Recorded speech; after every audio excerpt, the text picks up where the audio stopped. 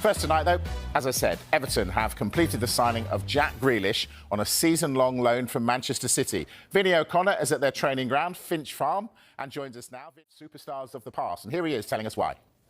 My two favourite players, English players ever, to play football is Wayne Rooney and Paul Gascoigne. So I've always known that when they played here, you know, they both wore number 18. So, yeah, as soon as I knew this deal was close, I had a look and number 18 was free, which was perfect for me.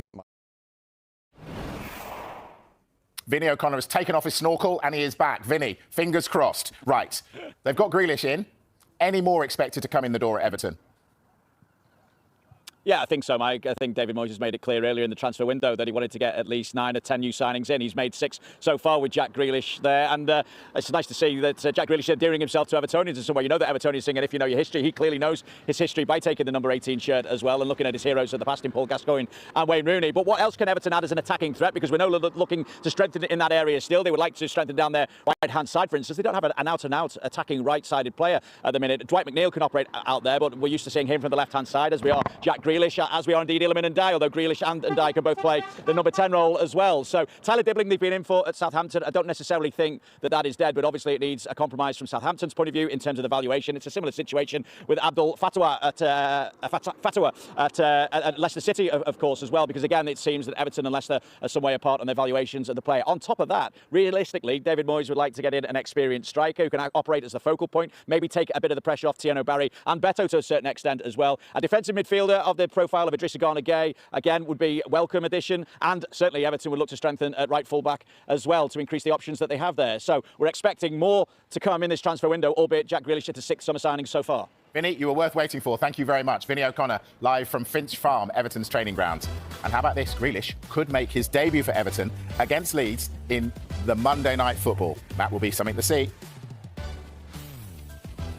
Right, we are going to talk Alexander Isak. He's still training away from his Newcastle teammates after expressing a desire to leave St James's Park. Carvey, any developments? Well, the only developments today have been a couple of newspaper reports saying that as soon as Alexander Isak found out that he wasn't going to be invited to this family bonding day that Newcastle had at the training ground, that was the same day, apparently, that he moved out of his rental property in Newcastle. Now, I don't think the two events are connected at all. There have been reports that Alexander Isak moved house, didn't want to live in that rental property because it had been targeted by burglars. So I think there's always going to be stories about Alexander Isak every day. But the underlying story is that nothing much has changed. The player still wants to leave, and Newcastle United are not going to let him go unless their valuation is met. And that is a valuation that no one is willing to pay at the moment. Carvey says nothing much has changed. If it stays like that, if it continues through the window, is it more likely that come the end of the window he's still wearing black and white? It feels like as the days pass, that's becoming more and more likely. At this moment in time, there is no bid on the table. Newcastle rejected a bid from Liverpool in the region of around £110 million. That was about 10 days ago. There's been no movement whatsoever at this moment in time. Newcastle are only going to allow him to leave if their valuation is met. We understand their valuation is around £150 million. It's unclear whether they'll be able to get that over the course of the next few days, and if they can get a replacement lined up. And that is proving to be very difficult for Newcastle right now. They tried to sign Hugo Ekitike. He went to Liverpool. They tried to sign Benjamin Sesko. He went to Manchester United. There aren't many number 9s that can come in and do anything near like what Alexander Isak has done in a Newcastle shirt right now. But Newcastle need to act quickly, because heading into the first game of the Premier League season for them this weekend against Aston Villa, they have one fit striker, William Asula. They've got a huge amount of excitement and optimism for his time at Newcastle. He's got one Premier League goal. Callum Wilson departed at the end of last season. Whether or not he can be successfully reintegrated is another question, because I think there's a lot of patching up that needs to be done. Newcastle fans and the club are very unhappy with the way that Alexander Isak has carried himself and his entourage have carried themselves over the course of the last few months. He left it quite late to say that he wanted to explore his options elsewhere. A lot of bridges are going to have to be mended if he's to be reintegrated into this Newcastle side. But he's got 3 years left in his contract. He's a Newcastle player. He's contracted to Newcastle. Newcastle expects, if it comes to beyond the transfer window and he remains a Newcastle player, that he trains for the first team and he plays for Newcastle once again. It's interesting what you say there about how his actions have been received, because his future, definitely a transfer saga, dominated the headlines throughout this summer. And the subject of what he's been up to has divided the opinion of Newcastle fans and neutrals alike. I think I've said many times, he is contracted to us. He's our player. The club basically make the decision on his future. I don't know what that will be. When you've got the best striker, people are going to come calling. And he's obviously been attracted by the calls that have come. And we have to understand that. As a Newcastle fan, you don't want to understand it. And you can't say, I'm never going to play for Newcastle again, because if he doesn't make that move, then he's going to want to play. Every footballer wants to play matches. He's still one of the best strikers in the world, so I do want him here. Alexander Isak's let a lot of people down. And that's the route he's going down, which, you know, will be hard to accept for everyone who's, you know, a Newcastle fan. I do genuinely think the best thing Newcastle could have done was sell Isak. You have to sell a player that doesn't want to be there, take the money and then go and reinvest that money onto players. If he's got an opportunity to go to the Champions, then, you know, it's so difficult to say no. If he wants to go and he's heart set on going to Liverpool and Liverpool want to pay the money, then I think that deal could happen. And it'd be hard on Newcastle because they've lost out on a lot of their targets they want, but they'll be fine. I want to see us kind of like be able to rebuild that relationship. I think the more that this goes on, it's actually causing more harm than good. Yes, if the window shuts and he doesn't go, then everyone involved in Newcastle will be delighted. It could have been and should have been handled better. Alexander Isak could have left this summer and still been considered a legend of the club. Everyone's got a view on Alexander Isak, but he may or may not go to Liverpool.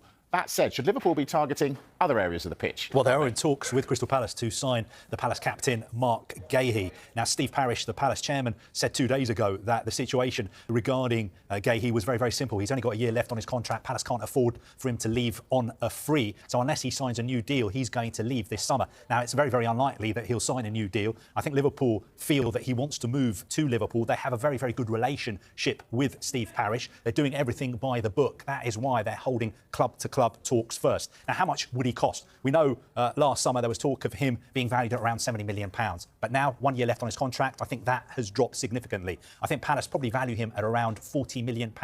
Liverpool probably trying to get him for around £30 or £35 million. I think it would be a very, very good move for the player himself. No disrespect to Crystal Palace, of course. He's done a fantastic job at Crystal Palace, won 2 major trophies as well. But I think when Liverpool come calling, especially the present Liverpool side, it's very, very difficult for a player to say no. If there's club-to-club agreement between Palace and Liverpool, then Liverpool would start talking to his intermediaries and his representatives about personal terms. But we have not got there yet. They need to agree a deal with Palace first. OK, we're going to talk Palace a little bit later on and that ruling by CAS and what it might mean for transfers and others as well. Going back to Liverpool, though, chasing Isak, as I say, should they be spending more time bringing in a centre-back rather than a striker? I think if you ask some Liverpool fans, I was at the game on Sunday, there is a feeling that they really need some more strength and depth in that centre-back area. If you look at their bench on Sunday, there weren't any centre-backs on the bench, and Arne Slot was asked about signing a defender on Friday ahead of the game, and he said that the likes of Endo and Andy Robertson could fit in there if required. They've sold Joel Matip to Bayer Leverkusen, a really good fee they got for Joel Matip.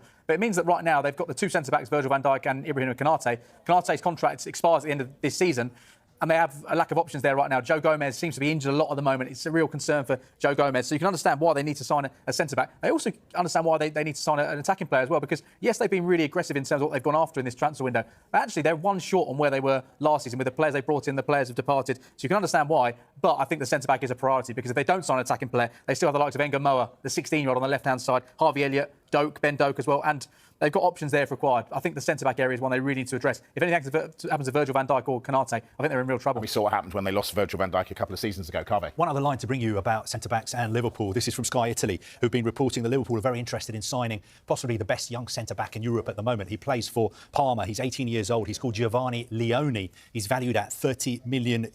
Inter Milan also interested in him. OK, so we know that Crystal Palace might be losing Marc Guehi, their captain. They also might be losing Eberechi Eze. So what's going on with him? Well, he's been linked with a move to Tottenham. His release clause is worth around £68 million and reportedly expires on Friday. Well, Thomas Frank was asked about Spurs' pursuit of Eze today.